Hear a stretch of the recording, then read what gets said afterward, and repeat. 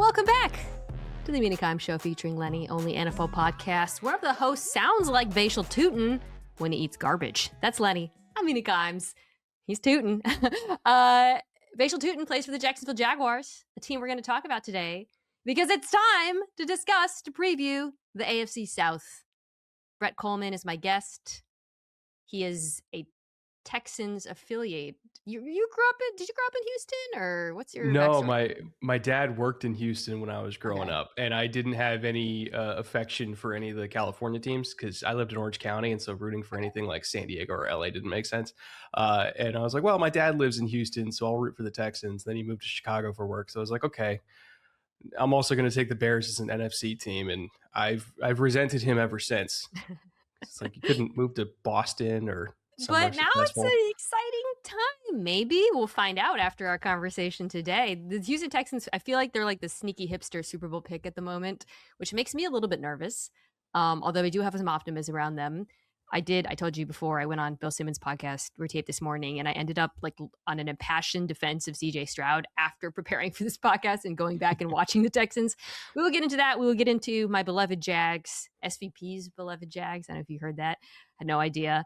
Cam Ward, very fun rewatch. The Colts, Daniel Jones is alive. So this is a fun division. I'm really excited to get into it. Before we start, where can folks check out your work, Brett?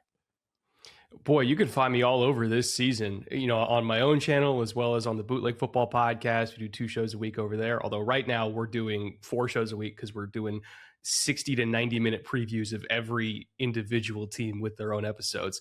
Ironically, we're recording the AFC South this week as well. So I've done a lot of prep for this show. Okay. We are not going to be doing 6. This is not a 4-hour podcast, but we will do our best. If you're a fan of one of these 4 teams or just want to learn a little bit more about them, to dive in. Let's start with the Texans, the favorites, as I mentioned, hipster Super Bowl pick. I don't feel like we really have to spend much time talking about the Texans defense. We can talk about them for a little bit, but nobody really needs to hear us say over and over, they're awesome. We can get into it, but let's start with the offense because this is where this thing will sink or rise. Last memory is pretty tough, very difficult playoff performance for CJ Stroud. Statistically, one of the worst of all time. And it's a shame because when you actually go back and take a look at his stats, and we'll get to the film in a second, over the course of the season, he was actually quite good. I wouldn't, he wasn't his rookie year level, but he was 11th in QBR. He was, when you splice it up, top 10 to 15 in pretty much every meaningful quarterback stat. He was good on third down. He was good under pressure. He improved on some things over last year that I think are worth noting. His time to throw came down a little bit. He took way fewer sacks. That's relevant because I don't think the offensive line did him any favors. And Brett, that was kind of my number one takeaway going back and watching the regular, forget the postseason, which we should talk about that. But watching the regular season, what struck me was how hamstrung the entire operation was by the fact that the offensive line was so bad.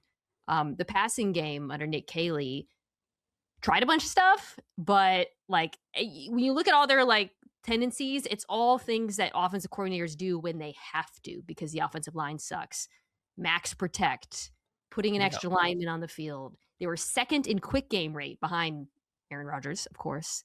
40% of the time he was outside the pocket. Like they were just constantly trying to find ways and answers to solve what was their biggest flaw, which was the offensive line.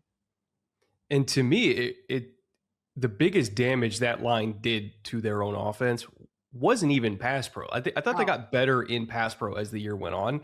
Obviously started out disastrous, but their inability to block in the run game, like entirely, completely sunk this team. They were 30th in average yards before contact per attempt at 0.8. So you couldn't even get a yard before the running backs were getting hit.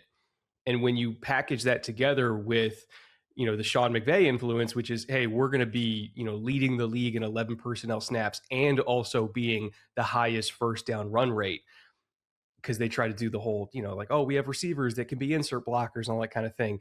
They tried to do that, except without having the personnel to be able to do it. They couldn't block. So that shocked me when I saw the first down run rate. Do you know how many yards per carry they averaged running on first down? 3.6. If it was over 3.5, it was going to be surprised. 31st in the NFL, in case anyone is wondering. Okay, please continue, because I have so many, notes on how awful the run game was.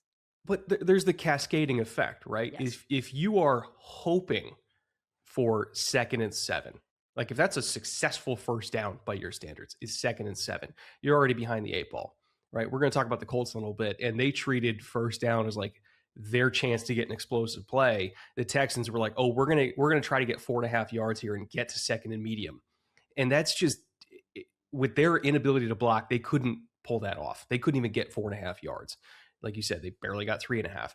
And so if you're constantly turning every 2nd down and then every 3rd down into a must-pass situation because you can't get anything on first down, it's kind of a miracle that they were, 13th in scoring last year? Like, I can't believe it. Despite the fact that they averaged negative 0.1 EPA per rush inside the red zone. How is that even trying possible? Like at that point, horrible. Just sneak it. Just sneak it. You're going to get more yards. And then as far as like the run game being awful, I would posit that it was more about the offensive line than the backs. That's substantiated by the data. They were 30th in yards before contact per carry, but 14th in yards after, and they're actually 19th in rushing yards over expected, which tells you that the backs were not the primary villains in this story. Now, they did upgrade their running back room. They went out and got David Montgomery. And then perhaps more importantly, they made a lot of change in the offensive line. And I kind of think we got to start there, right? Like, so I was skeptical of the offensive line choices they made. Weirdly, last year, like I'm not taking a victory lap here because like Ingram actually ended up being pretty good. So, whatever. But brought in some new players. Braden Smith on the right side, Wyatt Teller, Keelan Rutledge might play, might start for them. He's kind of a guard / center. I think they're hoping Ursery, who's their left tackle, takes a step forward. I would argue he was better in this kind of line like what you said, pass protection than run blocking. Do you feel that this run game as a whole, given all the changes I just mentioned, can be better? Because I think we agree that this was like, it sunk the entire offense at times. Could it be worse? Like, Fair. Is it even possible to be worse? Fair point. I will say, even as questionable, or rather with as many questions as we have about the offensive line, this is still the most talented group they've probably had in close to a decade, right? Because Keelan Rutledge is a freak athlete. I actually interviewed him at the Combine, and I'll say this, he is wired correctly to be an offensive lineman. Like, that dude is a maniac. Wyatt Teller, obviously, when he's been healthy, has played at a high level. Ed Ingram looked better last year. Braden Smith, him and Ursery together, like, it's a functional tackle duo. Ursery, I thought, also got better as the year went on. Yeah. It's not a bad line. If they could be average, they'll be fine. Some depth too, Blake Fisher, Trent Brown. Yeah, I think average is the goal to aspire to. Because again, the run game was either the worst or close to it, along with like the Raiders. And if they can just be average, and it's so important for the reasons you described in terms of like how it just set them behind the 8 ball on down to down basis, the way it impacted the entire offense, spoke about that. Because, I talked about how they had to compensate for the offensive line in terms of calling the pass game, but the reason they had to do that is because they were in 2nd and 7 and not 2nd and 5, right? Things like that, knowing that they couldn't trust the offensive line to hold up for a long time. Which brings us back to CJ Stroud. Okay, so like I said, not as bad as the playoffs, but he was really bad in the playoffs. I posited a theory to Bill Simmons that I want to run by you, and I was talking about him and Justin Herbert, which is I sometimes feel, who was also awful in the playoffs. I sometimes feel like quarterbacks, if they play in like really awful, behind awful offensive lines over the course of an entire season, it kind of adds up, and then just skims too much, and they do too much, or they start to immolate, make bad choices. That is probably the optimistic view of what happened with CJ Stroud. Do you share that optimistic view, or is that last memory of those 2 games burned in your mind and you're fearful of his long-term prospects? Over the course of 4 months, if you lose trust in your offensive line, which let's be honest, I'm not sure they even went into the year with trust in their offensive line, you get to the playoffs when it's win or go home, and your thought process, even if you try to fight against it, your thought process as the quarterback is, if I don't do something, we're going to lose, right? Like No I Nico can't rely. Collins, no Dalton Yes, Schultz also. right. And you start pressing. And when Yeah. you press against a high level NFL defense, you're going to pay for it. And he paid for it over and over and over again, unfortunately. After like the third one, you hope he would have learned his lesson, but it is what it is. Yeah. I will say this team had the third lowest average margin of defeat this season at 4.8 points. It started out 0-3. One of those was like a 1-point loss to the Bucs. But their average loss was 4.8. Miami's was almost 16 points. So even when they lost, they didn't get blown out. Yeah. Their first multi-possession loss was the playoffs. So all he had to do was just be normal, and they probably would have been okay. Why can't you be normal? Yeah, I know. Yeah, imagine watching that as a Texans fan, by the way. It was brutal. I think my fear though with him is that like all off season, it's like, dude, all you had to do was just, drive the car and not be crazy and hand the ball. Like, I mean, but it's not true though, because he couldn't hand the ball off. And I honestly don't think Nick Caley did him many favors in that game either, but that's neither here nor there. I do, one fear I do have is that he might be too conservative because of it. I don't want that to happen if I'm a Texans fan, because when I think about CJ Stroud and when he's at his best, it's ripping those in-breakers over the middle of the field, right? It's making plays on the run. There's a level of aggression to his game that is important, I think. He's not a point guard quarterback. He is not a guy who, you're merely asking to keep the train running on time. However, he did need to be more of that, especially because of the defense. The only final thing I'll mention about the offense, as far as the skill players goes, there's Jalen Knowles hurt, which is not great. Tank Dell is active, which is interesting. He is finally back. We'll see what that looks like. They drafted a tight end fairly early, Marlon Klein. I do wonder, Brett, if that means Nick Caley, this was a team that barely used, really, part of the reason they used so much like jumbo is because they had to. They didn't have other options. Do you think that might signal a little bit of a change in philosophy from a personnel perspective, or what are you expecting from Nick Caley this year? I mean, total number of tight ends drafted this year was what, like 22, yeah. Right? We'll get to the Jags. Which I understood why the Jags made that big. Yeah. Again, we will get to them, but there's a reason why a lot of the tight ends that went early were also your big body wide tight end types. Is because teams realize, like, hey, if we're going to run the ball, we need to have a tight end that can actually block. We can't do this like Evan Ingram, Isaiah Likely thing where we have a 240, 245 pound tight end that like sort of kind of is there, but not really effective, because teams figured out that if we can just punish the tight end, we can basically shut down your run game. That's, again, to your point, it's why they used a lot of 6 offensive linemen. It's like, we don't have a tight end that can block.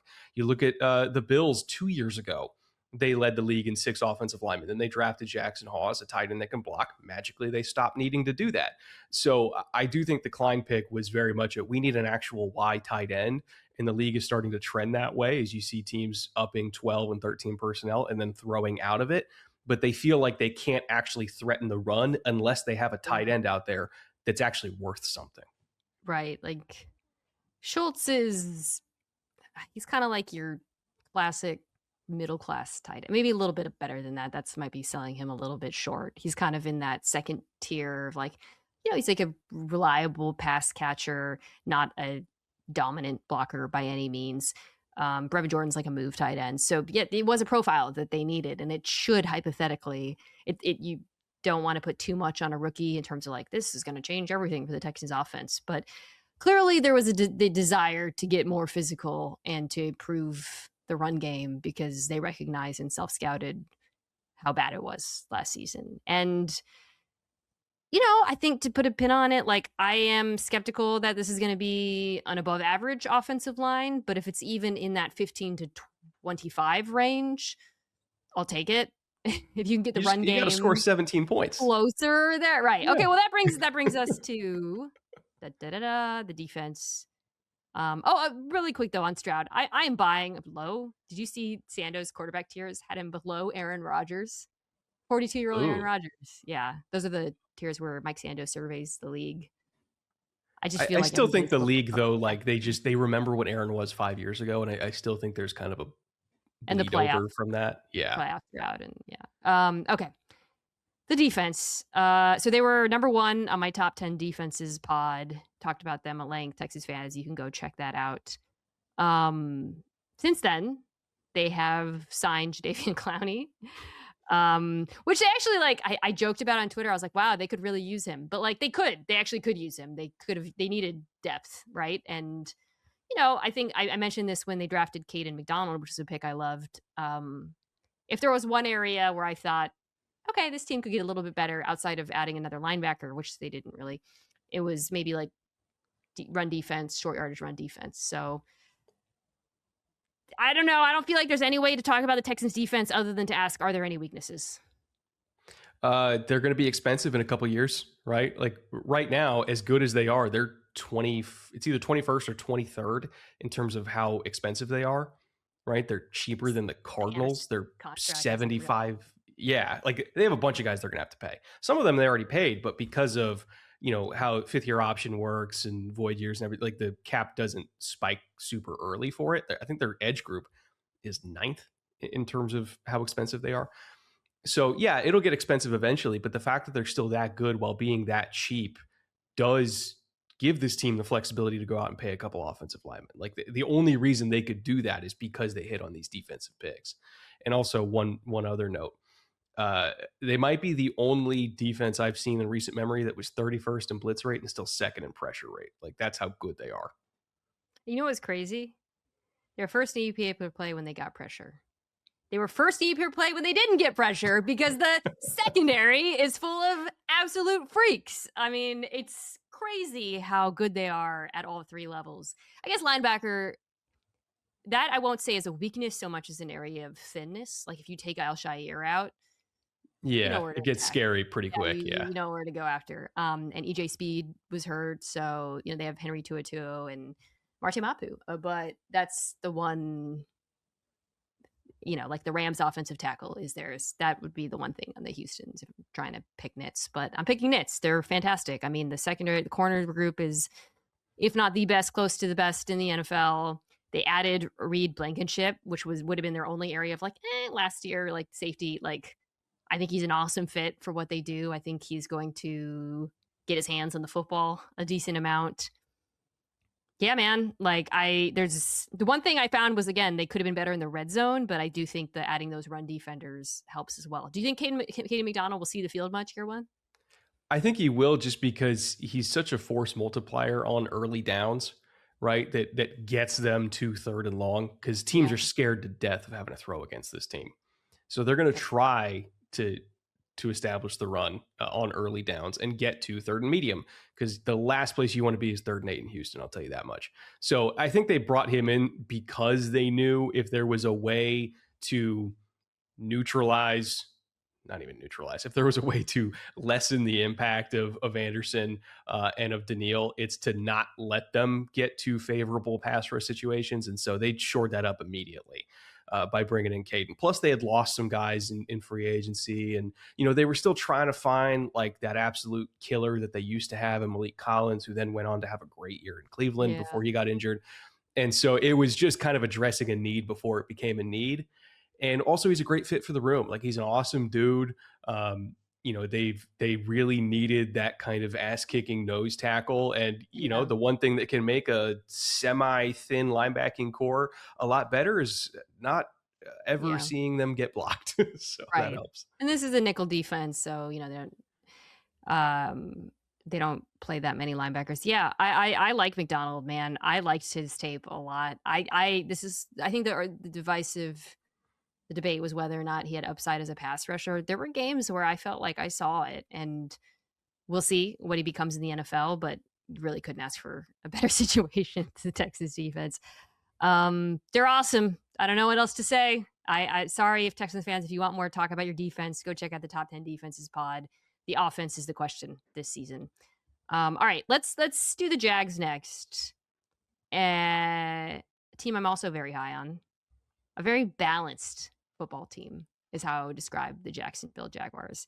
I think that they have potential to have both the top 10 offense and a top 10 defense. I had them top 10 defenses. I wanted to squeeze them into my top 10 offenses, and they were just outside, Brett. So let's start here with a big kind of overarching picture question for you. In the second half of the season, this has been talked about much, the Jags offense was 4th in EPA per pass, 5th in yards per pass, 4th in dropback success rate. Trevor Lawrence was top 5, 3, every metric. Are you buying it? Or do you think second half of the season, I don't know, let's not overreact to 1.5 of a good Trevor Lawrence season? It's so easy with a team like the Jags to just pull on different data threads that'll take you to completely different destinations. And so you really have to zoom out and look at the macro, right? And was it effective? Yes, it was effective. Were there areas of improvement that still need to be done? Yes, obviously. We look at just Trevor's accuracy. First 10 weeks versus second half of the season, he was 8th best in terms of limiting off-target incompletions in that stretch run. He was 23rd in the first half of the season. Part of that was because, the emergence of Parker Washington as arguably the guy. And then you got Jacoby Myers there. Like his numbers thrown to those two compared to when he was trying to force it to BTJ early, very different. At the same time, you also have to consider the offensive line. Cole Van Lanen didn't start getting starts until the second half of the year. And in the first half of the year, they were 29th in pressure rate allowed on true dropbacks. They were 7th from week 11 on. So that also helped a lot too. So it's, to me, I don't even look at it as, Trevor played better. Like, yes, he did, but we have to contextualize it as to why, right? He was throwing to receivers they did a better connection with, and his offensive line found a left tackle out of nowhere that allowed less than a pressure and a half per game during their stretch run. That mattered a lot. So I think it was a full team effort. Liam Cohen also, played a role in this. Yes, they had a really, really tough screen game in the first half of the season. They just stopped doing it in the second half of the season. The Liam Cohen part too is important because new offense, some complexity there. And it felt like in the first half of the season, they were still figuring that out, right? The timing of it, receivers weren't always where they were supposed to be. The motions, very motion heavy, all that. And then the second half, it started to click. And that kind of would give me some optimism. It's like, okay, cool. Year 2, right? With this offense, we get the same head coach. It's a great thing about having a head coach as your offensive coordinator. You ain't going to lose him. So I do think that gives me some cause for optimism. The receivers you mentioned, the offensive line, Van Lanen has an injury. I think he's supposed to be good for week 1. But the receivers are still there. They didn't trade BTJ, but Jacoby Myers and Parker Washington, who I'll talk about in a second, are still there. One weird thing, and the other thing also, but by the way, one more thing I'd like to add that makes me optimistic that they can keep building on that. I'm like a huge Bretton Strange fan, and he was hurt, and then he came back. But I think having him full season healthy is very important. We alluded to this. They drafted a blocking tight end, Nate Burkhardt. I think that gives them some personnel flexibility that they were lacking in the second half of the season. The funny thing, Brett, is like all the numbers went up, but the run game got like dramatically worse. In fact, I mentioned all the great passing numbers. In the second half of the season, they were 31st in EPA per carry and 31st in success rate, which came to bite them in a big way in the playoffs against the Bills defense that everybody was screaming, please run the damn ball on them. So I do wonder if that would be the one thing that gives me a little bit cause for concern, because I'm not saying Achane was great or a massive loss, but like, Tootin, Chris Rodriguez, who has some familiarity with Cohen, Quinn Allen as a blocker, the offensive line, it's okay. I don't think they're 31st, but I do question. I think the best case scenario is maybe either Burkhardt is a really good blocking tight end and that helps, or the passing game actually forces defenses to, sit back a little bit and create some room on the ground. I'm trying to remember the defenses they played in that stretch run when the run game fell apart. I'm pretty sure Denver was in there. I know Houston was in there. So they also did play against some really good defenses. They faced a lot of base too, randomly. Yes. That was kind of shocking to me. And that's what a lot of teams started doing, was they were starting to play base into 11.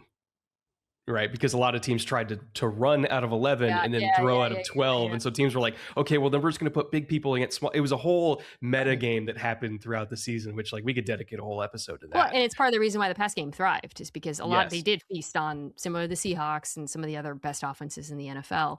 I'm buying the receiver group. Is this a good time to talk about my Lord and Savior, Parker Washington? Oh, I've got a stat for you. This is so crazy. Many stats. I love him. Give me yours. So in the stretch run, right, they had 44 deep targets from week 11 on. They had 20 deep catches. BTJ had 3 of them, only 3 on 44 targets. Parker Washington tripled him. He was arguably the number one. He was absolutely the number one. He was 9th league-wide in yards per route run versus that stretch, ahead of A.J. Brown, George Pickens, Amon-Ra St. Brown, and Chris Olave. And here's the thing I want to emphasize after going back and rewatching. It is not fluky. It is not like, wide open just because of all the attention. Sure, he had some easier matchups because when BTJ was out there and whatnot. But like going back and watching the second half of the season, there's so many things about his game that stood out to me. Pardon me.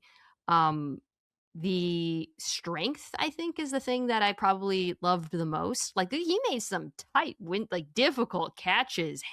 There's one versus Indianapolis, which is a great game. The Colts are playing like cover 2 man. His guy goes with him. Nick Cross recovers, lays him the hell out. Like he does a full over the middle of the field, holds on to the football. It's an incredible catch. Against Denver, great defense. The yards after the catch he was able to pick off, just shedding guys on the ground. Unreal. Like his contact balance is so special. I'm not saying he's a top, elite 10 receiver in football, but I really think he is like a legit dude.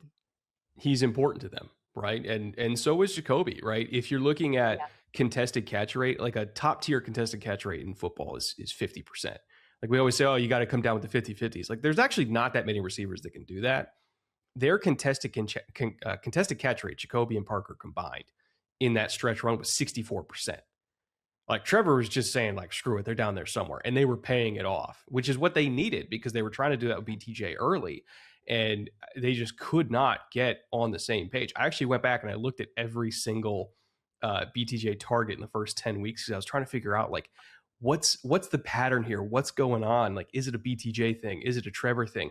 The answer, unfortunately, it was both, right? The way, if you go back to the Bengals game, like BTJ kind of slow played some releases on go routes, which Trevor was like, no, you got to go. I need to see like what position the corner's in. So I need to know if I can put this back shoulder or leave it deep. And he was slow playing it. So Trevor had to guess, which then led to some bad incompletions. Then you have Trevor just flat out missing him deep down the field. There was a touchdown against the Titans where he was gone on a double move and Trevor, like no pressure, just left it short, made him stop, took 6 off the board. Like it was just both of them. If it wasn't one, it was the other.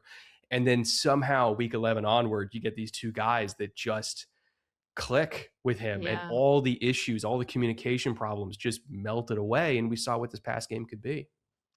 It should clarify things too for BTJ. This, I think just his role has become a little bit more concretized because of the emergence of those 2 receivers. And they have options, right? Like they want to do more 12 personnel with Strange, who I think Strange is so good too. I'm such a fan of his game. I think he's like a true all around tight end as well and can really help. In the first half of the season when they were running the football better, he was a big part of that.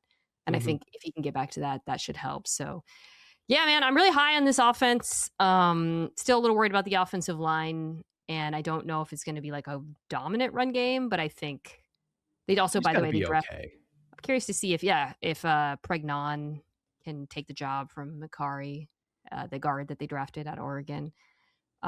Defensively too, like I had them 6th or 7th. I can't remember. I think they're really good. I like, this is one of those defenses where you take a step back and you look at the depth chart and Josh Hines-Allen is maybe like an A to A minus, whatever. Hunter, we'll see what they got in him. It's just a lot of guys who are at least B plus players. And that sounds critical. especially coming off the heels of the Texans. But I mean that as a compliment. Like, they have so many good players. I think there's a question about how many great players they have. But like, Brett, they're full of really talented players at all through it. Linebacker's a little bit of weakness, but they're really solid everywhere else. The one area that I really have questions about still is interior defensive line. This team was tied with the Bengals at 31st for among all interior defensive line rotations for pressure rate. They were not good at getting after the passer from the inside. That was actually a big reason why this team was also 4th in stunt rate, is because they realized the only way they could make a quarterback uncomfortable up the middle was stunting one of their good edges inside and then getting them matched up on a guard or just trying to find a seam in there and just sending their defensive tackles off to go be like contain rushers. So like, you're not going to win. We're going to let the edges do all the heavy lifting. And they still kind of have that problem. Like Eric Armstead, he dealt with an injury last year, but even before his injury, he was doing nothing as a pass rusher. So they still got to figure that out. The linebacking core isn't bad, but it's not as good as it was, when you're losing. Lloyd's gone. Exactly. Miller played a little bit last year. Yeah. And then there was the Tyson Campbell trade, which was an underrated fleecing. And I kind of understood why they did it, why they traded him to Cleveland, because he's a great man corner. And this is a defense that on first and second down, they're like 90 to 95% zone, right? They didn't play man till third down. But then we wonder why they couldn't cover anybody on third down. It's like, well, you just traded away your best man corner and you actually play a lot of man coverage on third down. The guy they traded Tyson Campbell for isn't on the team anymore. Meanwhile, Tyson Campbell's going to thrive in Cleveland. So again, some of the personnel moves they've made on defense, I wasn't a huge fan of, but like it's a good unit. I would argue they don't need either of them though, because if Hunter is, full-time corner, and I talked about him a little bit when I did AFC X Factors, but I went back and watched his cornerback reps and I came away really impressed. Second half against the Rams, against Devontae Adams was the game that really sold me on him. I thought, which is very tricky cover. I thought he was really good. He's incredibly talented. Yeah. Monteric Brown was great. I think maybe a little bit like, okay, was that 1 year, like how do you feel good about that continuing? I think Jordan Lewis is a really good slot. Antonio Johnson was awesome. Takes on a bigger role this year. So they had really good players. It's a team that got turned the ball over a lot, defense last year. They were 3rd in turnovers, tied with Seattle. But I'm not super worried about regression the way I am with like a Chicago, because when you take out turnovers for comparison's sakes, Chicago was 30th in EPA per play and 32nd in success rate. Oh, that good? 30th in yards per play. When you take out turnovers for the Jags, they were 7th in EPA per play, 14th in success rate, 9th in yards per play. So they were a fundamentally solid team. But I think a lot of that, and this is where you do worry a little bit about the loss of Lloyd, but for me, a lot of that just starts with how good they were against the run. Totally agree with you about interior pressure, but that defensive line was stout, dude. That was something like the Bills game. I was thinking like, this is a Bills team that's just mashed everybody and they're holding their own. Like teams were afraid to run the ball on this Jacksonville team. Really good tackling defense. So again, Lloyd is a tough loss in that regard because I think he was excellent against the run. But I do think there's some like stability there that'll continue, coupled with the fact that they have a defensive coordinator in Anthony Campanile, who, I think is like one of the rising guys around the league. Then getting him back for year 2 was massive. Well, both are coordinators, right? Campanile and Udinski. They both were getting head coach looks, and they lured both of them back. Now, can they do that again after this season? Remains to be seen. I'd be willing to bet they got 2 new coordinators in 2027.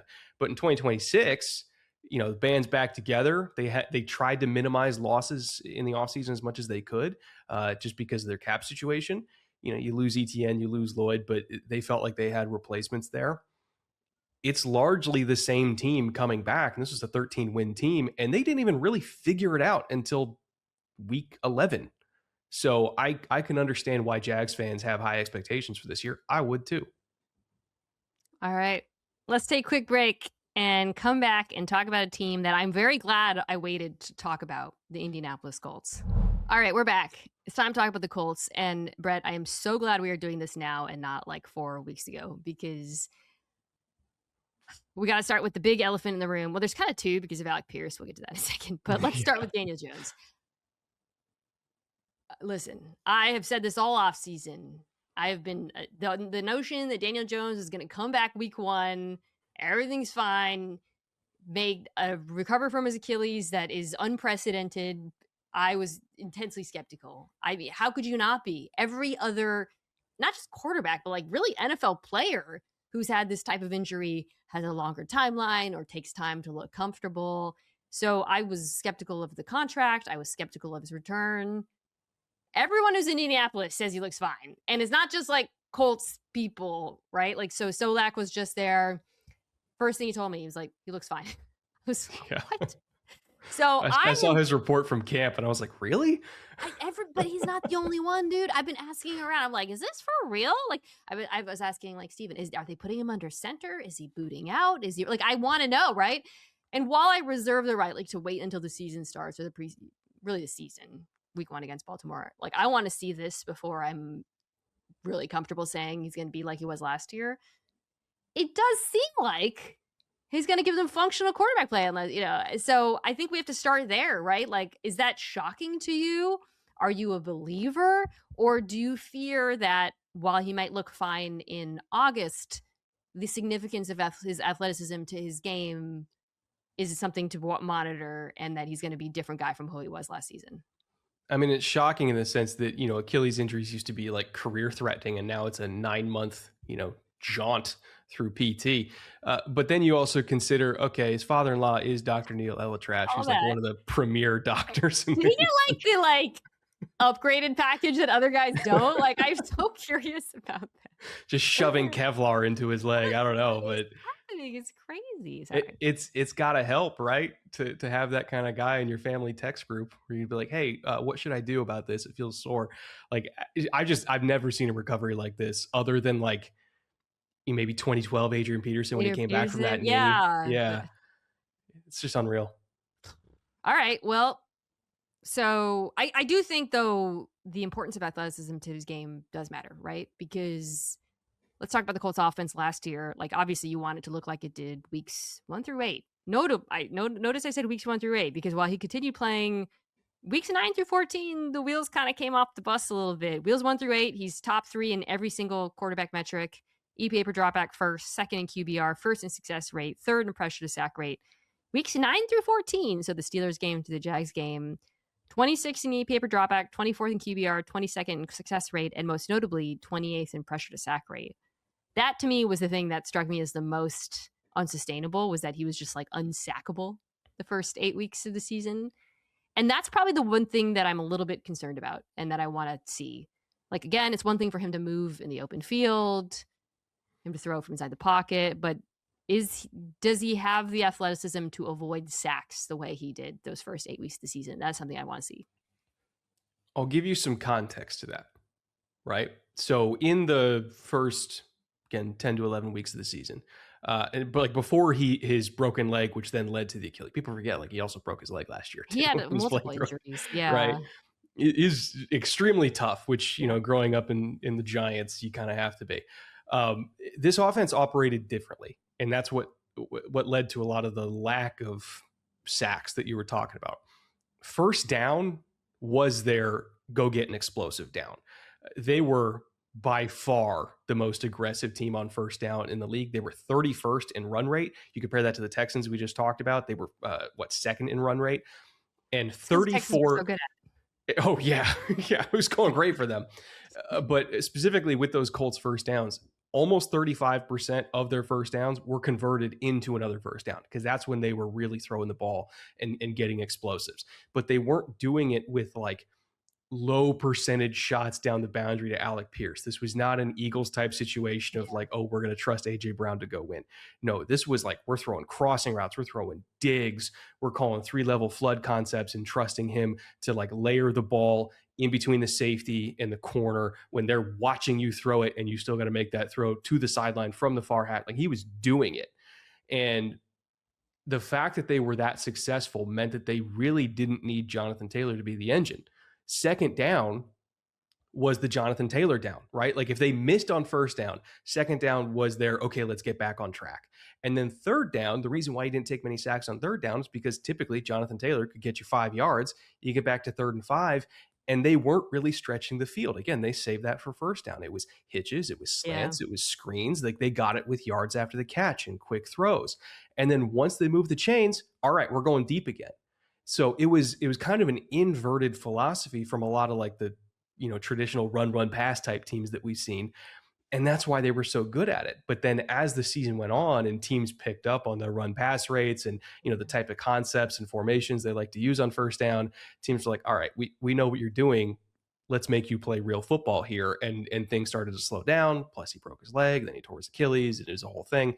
But, the first half of the season, when they were breaking every kind of offensive record, it's because they were really catching teams off guard with how aggressive they were on first down. They had a 56% play action rate on first down. Eventually teams realize like, oh, that's fake. Wait a second. They're not actually going to do it. Which is, by the way, easily first in the NFL. Like that's an insane number. And the first down is when, most teams use play action. I think the NFL average is like 40%. So it's always higher, but 56% is very high. So it's really well said to you to point out why guys were like really open and how explosive and effective they were. And I'm interested from the perspective of like Shane Steichen, like what's next, because I thought he had a phenomenal season, obviously with Jones. And I think he's a really good play caller generally. And he's done a good job of like trying to find different tweaks to suit the strengths of his different quarterbacks.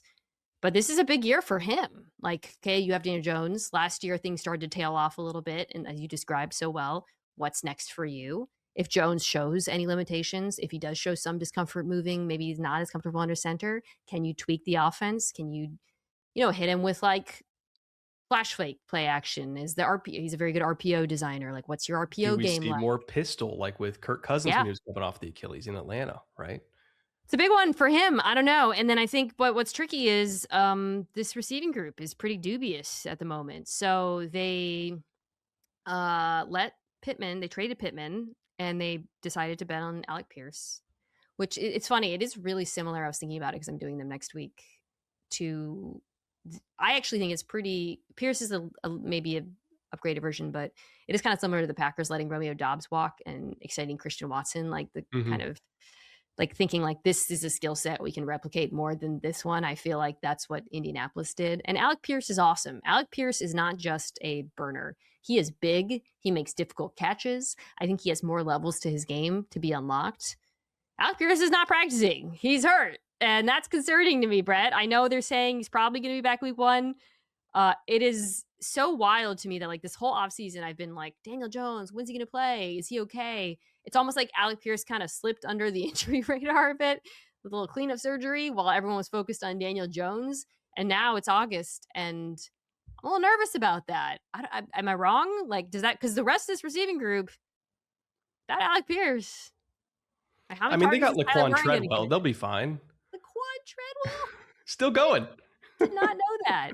Yeah. It's Josh Downs, Ashton Dulin, Westbrook Kine, Tyler Warren, very good rookie tight end last year.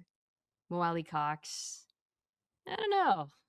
They definitely need Alec Pierce because Alec Pierce has gravity. That's the thing. Is Pittman never had the gravity that Alec Pierce does. Even if Alec Pierce misses time, there's the old saying that the best part about being at 90% is you're halfway there. And they feel like Alec Pierce gets them to 100%. Whereas, even if they got 17 games out of Pittman, they would never get above 90. Whereas Alec Pierce can break that ceiling. And you have to be able to break that ceiling in order to go on a playoff run. Like you can't expect to get past the division round if you don't have somebody that can break the game like him, that has the gravitational pull like him, that opens up everything else for Tyler Warren and JT and Josh Downs. Like you can't do it. You just can't. It really is similar to Watson now that I think about it, because like for the Packers, if they can just have Watson and Kraft on the field at the same time, they're so complementary because of the gravity that Watson creates. Kraft gets you your yards after the catch. You can run the football. Literally the same. Indianapolis, right? If you have Alec Pierce, defenses have to respect him. Yards after the catch opportunities for Warren and Downs, and Taylor as a pass catcher. So it all works if Alec Pierce is out there, and maybe they're fine. I really wish, I'd like to see him out there to feel good about this offense as a whole. The line, they did lose Braden Smith. placing him with Jalen Travis. Otherwise, freak of nature athlete, by the way. Jalen Travis. I was about to ask, are you high on him? I know you're a draft guy. Oh, he's one of these like 10.0 RAS types, like absolute freak of nature. And they have a farm system going there with Colts offensive linemen. Like once upon a time, Bernhard Raimann was another one of these like, okay, high upside athletes that we're going to take on day 2. Jalen Travis was a day 3 pick, early day 3, but he could have gone on day 2. It's at Iowa State.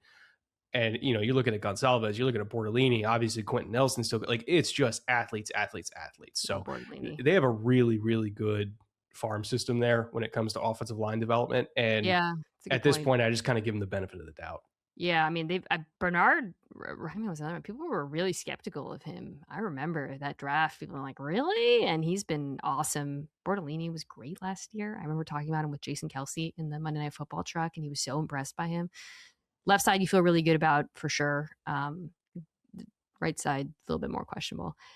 This defense was pretty average last year. Like, no matter how you slice it, they were basically average. Some changes. Youth. Looks like the rookies are starting. CJ Allen at linebacker. Zaire Franklin out. AJ Halsey, box safety next to Cam Bynum. Otherwise, it's largely the same. Obviously, you got Sauce Gardner returning from injury. Oh, Kenny Moore's gone, so I think Wally's going to play nickel for them. Yeah, I know. I think where I land is like I have a hard time figuring out seeing them rise into the top 10, but I also conversely have a hard time seeing them. I don't think they're a bottom unit. I just think they're kind of good to end up in the middle again. Stylistically speaking, it's a very man-heavy defense, right? They were 8th in man coverage last year, and they might have been higher if Sauce played more than 4 games for them. It's actually kind of tragic last year. Impetus for a lot of the trade. Yeah, it's like, let's play more man coverage. Let's do more crazy blitzes. But as far as like man cover corner duos, how many would you take before Sauce and Charvarius Ward? Maybe 2? Maybe? Christian Gonzalez. Oh, sorry, you weren't asking me. I mean, no, it's a real question, right? No, yeah. I mean, Ward, if he had a difficult season. He's had, I believe, concussions too, in addition to off the field. I mean, it's difficult circumstances for him. Yeah, like if they're healthy, you feel good about it. I would feel better about it if I thought they got more pressure. Well, that's the crux of it, right? That's the crux of it. And that's a good way to position this. Like, what does it take for this defense to go from 15th to 10? I'll tell you right now, it's Laiatu Latu making the leap. He's like just outside. He's just been outside. If Brett, if you told me, if I tell you Laiatu Latu becomes a 14 sack guy, then I'm like, all right, cool. This is a top 10 defense. Yeah, maybe even, and they might not even be 10, right? They might be higher than that. Because if you're looking at this pass rush last year, if you're looking at true 4-man rushes, like not a simulated pressure, like true drop back passes with a 4-man rush, go hunt. They were 21st in pressure rate on those. If you added a single rusher to that and made it a 5-man pressure, right? So call it a fire zone, call it a man blitz, whatever you want to call it. 5 rushers or more, they were 16th. So they became average only when they weren't just relying on their front 4. That cannot continue. For a team that likes to be as man heavy as they are, like their ideal style here is we're going to play cover 1 whenever we want to. If we want to get them into a long down and distance, we know Lou Anarumo likes to call different variations of cover 2 and trick quarterbacks into making really risky throws into tight windows and, get your hands on the ball, all that kind of stuff. But they can't play that much man coverage if they have to always send a 5th guy to help out the pass rush. And on top of that, I also kind of worry about their ability to do man coverage outside of those 2 corners because Akeem Davis-Gaither, not a great coverage linebacker. CJ Allen, they drafted him in the 2nd round, but quite frankly, I see some movement, restrictions? Yeah. Like I don't think he's like a super fluid athlete in space. And so I don't know if there's things that I really like about his game. So I think he can become a NFL starter for sure, like a quality starter, but he's not rangy. He is not, you're flying sideline to gut headlock. So I found him on tape to be very intelligent, but he didn't play super fast, is how I would put it. So Him yeah, versus Bashal Tutin in space. Who's winning? I have hesitation there. I do like Halsey a lot. I bet if he's a fourth round, but he is a fun player. But the issue is if you're playing man coverage, everybody's in man. It's not just your corners. Yeah. And so it's like, okay, cool. You have Sauce, you have Charvarius. I'm going to pick on everybody else. Yeah. I mean, I don't know if we're else, even the corners, questionable. I don't know. If they're healthy. Yeah, if they're healthy. Yeah. And then it's right. I mean, Buckner is still great, but another year, getting older. Coming off a back injury. Still great. Yeah. And again, opposite Latu, who's getting after the quarterback, man? They didn't get anything from Tuimalu. They brought Arden Key, who's like always consistently decent, but I just have trouble seeing how this unit makes sleep. So there's a way for this to be excellent, but I'll ask a real question to you. If the Colts hit every single green light that we talked about, if the Jags hit every single green light that we talked about, and if the Texans hit every single green light, which one do you actually feel best about? The Texans or the Jags. Probably. I'll decide between them at the end, but it's one of those two teams. Yeah, I mean, if you told me the Colts were the same defense they were, or offense they were through the first 8 weeks of the season, I'll say the Colts, but I just don't, like, that's so insane. Like, for the reasons you laid out, the first down numbers, the numbers under pressure, it was just so, doesn't feel sustainable.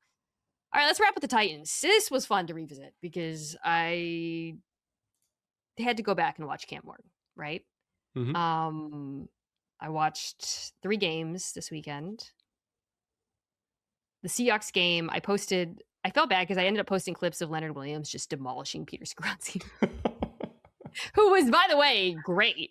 He was their best one. Clearly.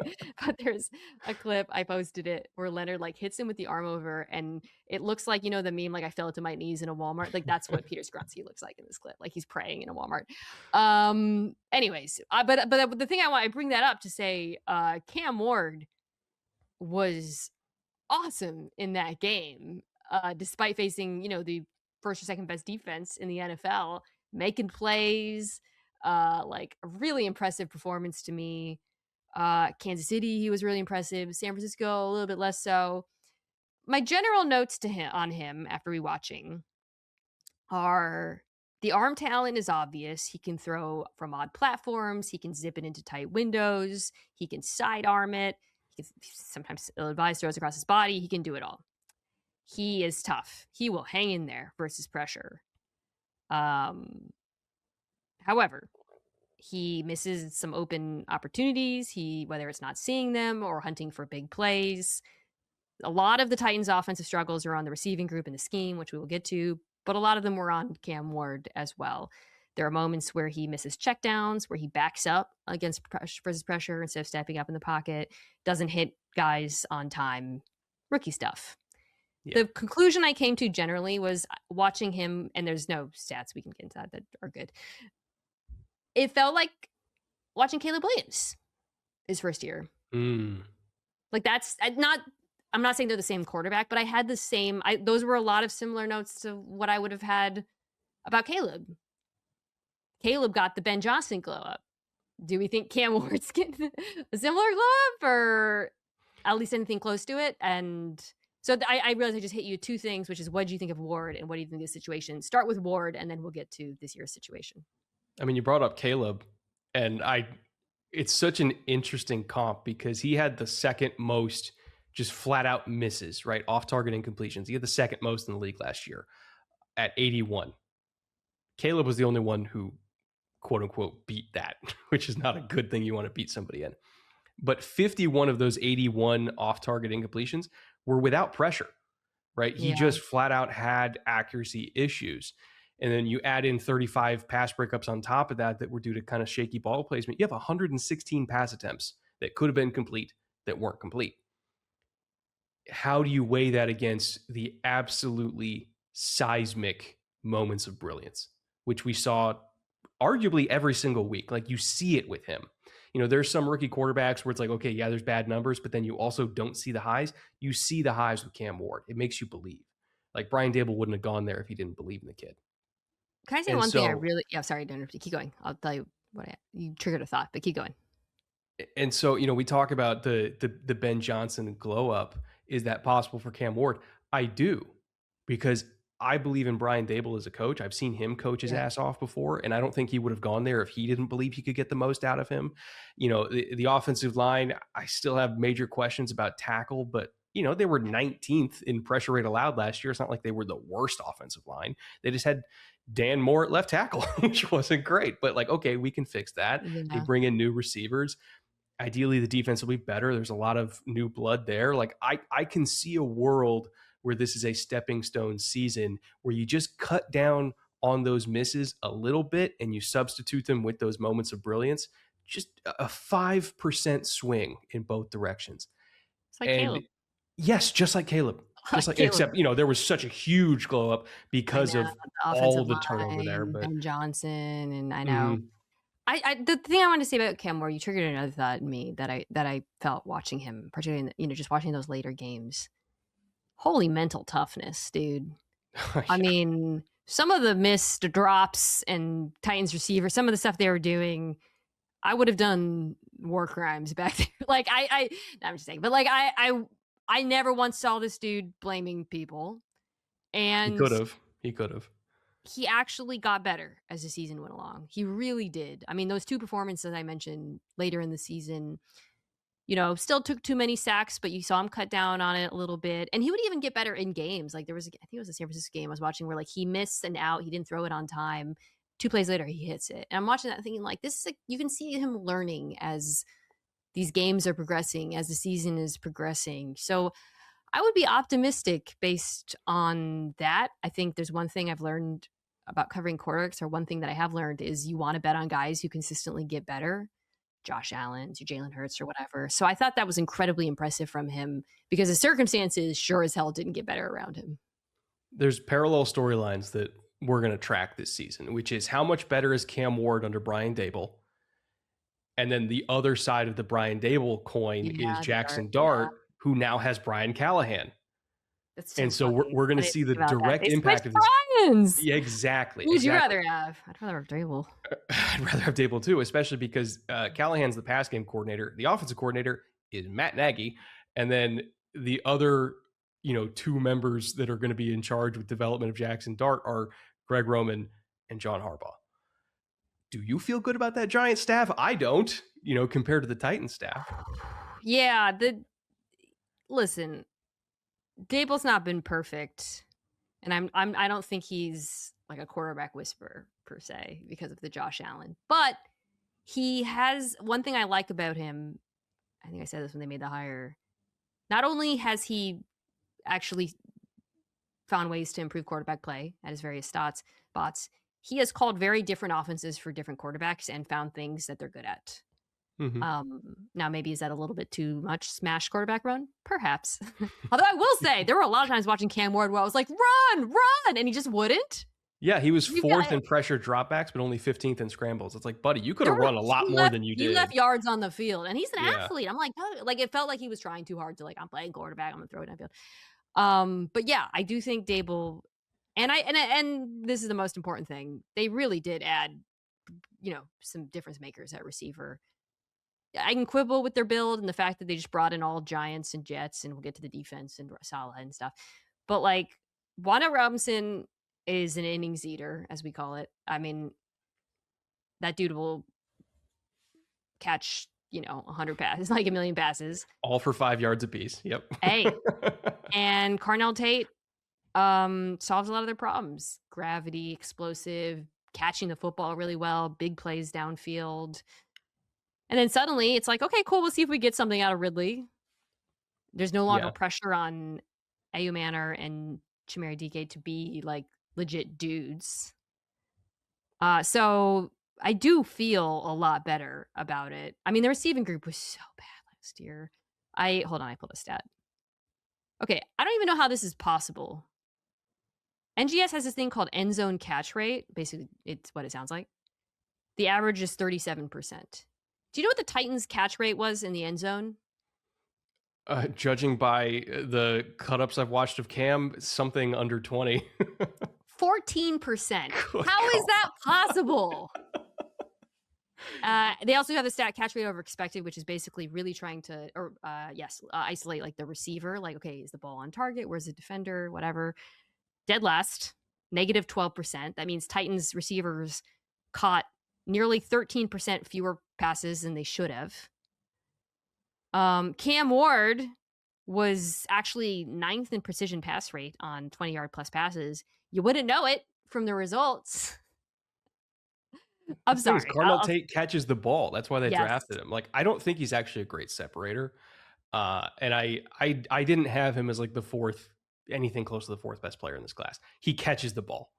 I'll give him that. He catches the ball. And by God, that's what they needed. And even though I don't think he's a great separator against man coverage, when the average man coverage you're going to face throughout an NFL season is like 25%, you need somebody who's going to be in the right place at the right time against zone coverage and just catch the ball. Like, it felt like Titans receivers just dipping their hands in Vaseline last year. Like, at least he's going to do his job. I had no problem with, I'm like, you know what? If you're going to pay a premium for a guy who catches the ball so that your young quarterback has some help, it's fine. I know folks are divided on him. Can he be a 1? Yada, yada. I especially after watching this Titans offense back, I'm like, please, thank you. Can we just start with getting a real 2? But no, I do think the combination of him and Robinson, it makes sense, right? Like from a spatial perspective. I do worry about the offensive line. You alluded to this. It's never good when you see Volson's name. I thought they were going to bring back Zeitler. Apparently that's not happening. So Austin Schlottman at center, sure. It's not great. Still not. Schlottman knows the system, right? That's why Brian Dable wanted him, right? Guy. So he can call protections. Pat Coogan is like a 40-year-old in a 20-something's body. Like, I can't believe he doesn't have like 3 kids and a mortgage and a union job. Like, I talked to him at the combine. I was like, you're 20-something? It's unreal. He's going to play forever, whether it's at center or at guard. He's a pro's pro already. I actually had him walk me through Indiana's prep schedule for a game. And like, he had it in his head in like 30-minute increments for an entire week laid out. Like, he's going to be fine. Fingers crossed. Run game was not great last year. A lot of that was because of the offensive line. You know how bad the Niners' run defense was? They made the Titans' run game look competent. That was one take. I was watching them like, geez, they're Pollard. They were just like, oh my God, we're ripping off 7-yard runs against this team. Anyways, yeah. So look, I am not like, obviously you need to see a leap from Ward, but I do think he deserves a lot of grace for how bad the circumstances were. And, you know, I think they legitimately have improved. I also think this defense could be better. You know, a lot of it starts with Robert Saleh, who has turned around defenses every time, man. Like, he did it in San Francisco. The greatest compliment I can give Robert Saleh is, did you watch the Jets defense after he was fired? Oh, they were like terrible. That was, there's decline and then there's falling off a cliff. Like, that was pretty remarkable how much worse they got after he left. One of my favorite stats is like the post Quinnen Williams trade too, about how the Cowboys run defense success rate allowed went from like bottom 3 to top 3, and the Jets went from top 3 to bottom 3. Like, Quinnen was obviously amazing for the Jets, but even his impact was nothing compared to Rob Saleh. Like, I think they fired him week 4 of that year, and they were 2-2, and then immediately fell off a cliff once he left. And then he started going to consult for, I think, Green Bay, and their defense got better once he got there. And then San Francisco, obviously massive injuries, but at least I know I just crapped all over them, but that wasn't about Robert Saleh. Okay, so he joins the Titans defense that was statistically very bad last year, but very traded away players, had some injuries, and they did the Friends of Robert Saleh and Brian Dable program as well on this side of the ball. They brought in the perpetually underrated Jonathan Franklin Myers to go up next to the perpetual superstar Jeff Simmons. Jeff Simmons stats, by the way. First in pass rush win. Yeah. 64 pressures. He was first in pass rush win. No other Titans defensive tackle ranked inside the top 50. Franklin Myers was 25th, so that's going to be nice. They added Jermaine Johnson. They drafted Keldrick Falk of Solomon Thomas, another former friend. We can talk about Falk in a second. I'm curious to hear your thoughts on him. Linebacker, Cedric Gray, solid against the run. Cody Barton, they drafted Anthony Hill Jr. cornerback completely remade the room, part because they sent everyone away. So now you have a former friend, Cordell Flott, and then from the Saints, Alontae Taylor. It looks like at safety, Kelvin Winston Jr. is going to start next to Monty Hooker. Let's start with the pass rush, because this was, a hot topic was like, should they draft Darvell Reese? Should they draft one like Ruben Maine Jr.? Oh no, we're going to help our young quarterback. Cool. Then we're going to wait. We're going to take Keldrick Falk. Do you feel like they've done enough to make this front competent? And do you think like Robert Saleh, as many have been saying, could get, I don't even know how you can get another level out of Jeff Simmons from last year, but like, could he get another level out of Jeff Simmons? It would be hard to, but Saleh's coming from a defense of the 49ers where, again, he did what he could. He was down to like linebacker 6 there, and their whole defensive line was banged up. But the Niners' defensive tackle rotation was one of 5 teams in the NFL, the Chargers, the Jags, the Lions, the Bengals, and the Niners, that were all outproduced by Jeff Simmons himself when it comes to interior pass rush. It's a whole new planet that he's on this year, having that kind of guy. Dude, he's so good. He's ridiculous. Like I know the Titans don't have any primetime games this year. Just flip on a Titans game during the season and watch Jeff Simmons. He's unbelievable. And Franklin Myers is pretty exciting too. Like getting to play next to like a real defensive lineman.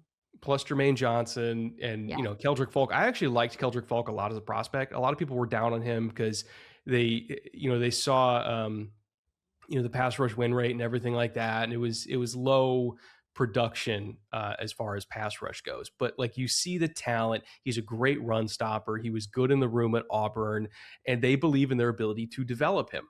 Very similar to like a young Trayvon Walker with Jacksonville. Had a lot of similar concerns, even though he was even more of an athlete than Falk was. And Falk's a great athlete, but enormous, you trust him. Enormous guy. Enormous, absolutely gigantic. But these are coaches that trust themselves to get the best out of somebody, because they think that, okay, we're getting a 21-year-old here. Is this the best he's ever going to be? Probably not. But we think we can get him to as close as the best as we can. And his best, by the way, is probably a Pro Bowl pass rush. Like, it's like Rashawn Gary coming out of Michigan. Rashawn Gary coming out of Michigan didn't really know what he was doing either. But a few years later, he was awesome. I look at this build and I think, okay, defensive tackle is the strength, and you added to that. But that's a successful model in today's NFL, where your tackles are your superstars and you just have depth and competent pass rushers, and you don't necessarily have, like a Miles, like obviously not Miles Garrett, but like a top 10 edge rusher. That's fine if you have one amazing and one really good defensive tackle. That's enough. Like, we see a lot of defenses, Seattle, where that's the build and it works. But Kansas City for a long time. Yeah, there's a lot of examples. You do need competent play on the back end, I think, for that to work as well. And one thing that's interesting, though, now that I think about it, is like, this was like Jeff, like, are they going to play like a lot of light boxes? Because Jeff Simmons, like, is he actually going to be able to get after it? Are they going to rotate him? I don't know. There's some question marks. But anyways, the secondary, I think, took a big step towards competence. Flott and Taylor are NFL players. I don't think either are like, they're, Taylor was quite good last year. Flott, but at minimum, I think you can get average cornerback play out of those two. Last year, it was Darrell Baker Jr., Jalen Armour Davis, and Marcus Harris. What percentage of the audience at home knows who those people are? Is it single digits? Because I would say so. And their play didn't warrant anybody really paying attention to the Titans secondary last year. They were terrible. They could not hold up in man coverage whatsoever. They played so much zone because they couldn't hold up in man coverage. And now they actually have real corners that gives them options that they can actually play man here. And, as much as Saleh loves quarters and quarter half and all that kind of stuff, even within Saleh's zone coverage structures, there's usually one guy that has to play man on the backside, so they can, push all of their zone strength over to the other side. You have to have at least one guy that can do the man coverage duty within a zone coverage structure. They didn't have anybody that could do that last year. They were objectively one of the 5 worst corner groups in the NFL, and they probably weren't the 5th worst. It was probably even lower than that. So the fact that they upgraded that much, both at corner and in terms of pass rush, it's possible this defense goes from as bad as they were to what, like 15th, somewhere around there. I think average is realistic. I think they're still a year away from they need, I think, another edge rusher, linebacker. Let's see what Hill Jr. bring. I liked him a lot. But year one, we'll see how much he plays, what he brings. I think Kevin Winston Jr., nickel safety. There's still holes, but they plugged a lot of them from last season. I think average is completely realistic. Is average realistic for the offense, or is that I think it's more likely the defense is average than the offense is totally average. agree. But if the offense can be 20th and the defense is 15th, this team can win 6 games and at least feel good about it going into a loaded 2027 draft. The goal of this season is not to win the division. The goal is to get development out of Cam Ward. I'm not even going to say to evaluate Cam Ward because I think it's way too early. Get something. Just imagine this scenario. They win 6 games. They're picking like 11th. 4 quarterbacks go in the first 4 picks. They're in range for Jeremiah Smith. Wow. Like they could trade up for Jeremiah Smith. Reunite. I don't know. There's the Dolphins, dude. You have to hope that the Dolphins prioritize literally anything else. On Bill's pod, I asked him to name 2 Dolphins receivers, and then I was like, you know what? Actually, let me pivot. If you went to any city outside of Miami. And then I was like, you know what? I'm pivoting again. In the city of Miami, can you find people who know 2 Dolphins receivers? Billy Gill just texted me. I only had 2 at the top of my head, and one of them was Tutu Atwell. Yeah, it's. I think in sum for the Tennessee Titans, there is improvement on the roster. I think just the goal for the season is just let's just let's get the defense closer to average, and let's see if we can develop Cam Ward a little bit in better circumstances. All right, the time has come to rank these teams. Okay, so I have gone back and forth in the top 2. I really like the Jags, man. Part of me really wants to pull the trigger on Jacksonville because I'm such a believer in the coaching staff right now. And you made a point, that might not be the same coaching staff next year, but this year it is, and they're really good. And, we alluded to Kaylee being hamstrung, but I'm not as sold on him. However, Houston does have the most dominant group of anything in football maybe right now. And I did defend CJ Stroud. So I'm going to have both the Jags and the Texans making the playoffs, but I'm going to go Texans, Jags, Colts, Titans. But I want to do the Jags, but I'm close on. I'm so optimistic about them. Just think the Texans defense is too good. I'll go Texans at the top as well. Really? I guess I'll go Jags. Don't do it. Yeah, come on. I'll go Jags number 2. But I feel like Jags and Colts are going to be literally tied for the same record. It's going to come down to tiebreakers. So I'll go Texans winning the division barely by a game. And then I'll go Jags, Colts, Titans. Yeah. The real question to me is, do 3 teams make the playoffs? I don't think so. I got Texans, Jags. It's going to be a real fight. It's going to be a real fight. AFC is so stacked though, right? If you've got New England, Buffalo, Baltimore, Cincinnati. Question. That's 4 already out of 2. Am I the weird one, by the way, for thinking the Bengals win the North?